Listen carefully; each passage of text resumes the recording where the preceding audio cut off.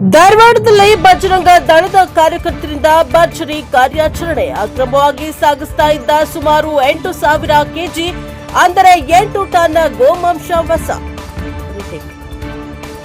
ಅಕ್ರಮವಾಗಿ ಸಾಗಿಸ್ತಾ ಇದ್ದ ಸುಮಾರು 8,000 ಕೆಜಿ ಅಂದರೆ 8 ಟನ್ ಗೋಮಾಂಸ ವಶವಾಗಿದೆ.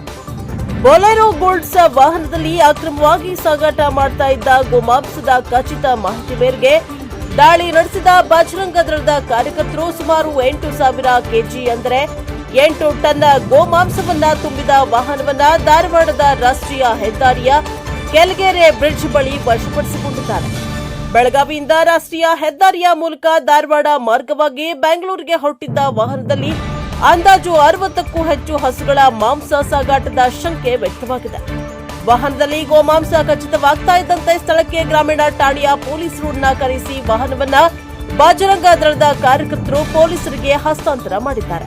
ಇನ್ನು ಈ ಕಾರ್ಯಾಚರಣೆಯಲ್ಲಿ ಬಜರಂಗ ದಳದ ಸಿದ್ದು ಹಿರೇಮಠ, ಅನುದೀಪ್ ಕುಲಕರ್ಣಿ, ಗುರುಶಾಂತ, ನಾಗರಾಜ, ಗಣೇಶ್, ಧ್ರುವ, ದರ್ಶನ್, ಉದಯ್ ಹಾಗೂ ಕೆಳಗೇರಿಯ ಗ್ರಾಮಸ್ಥರು ಭಾಗಿಯಾಗಿದ್ದರು. ಈ ಕುರಿತು ಧಾರವಾಡ ಉಪನಗರ ಪೊಲೀಸ್ ಠಾಣೆಯಲ್ಲಿ ಪ್ರಕರಣ ದಾಖಲಾಗಿದೆ.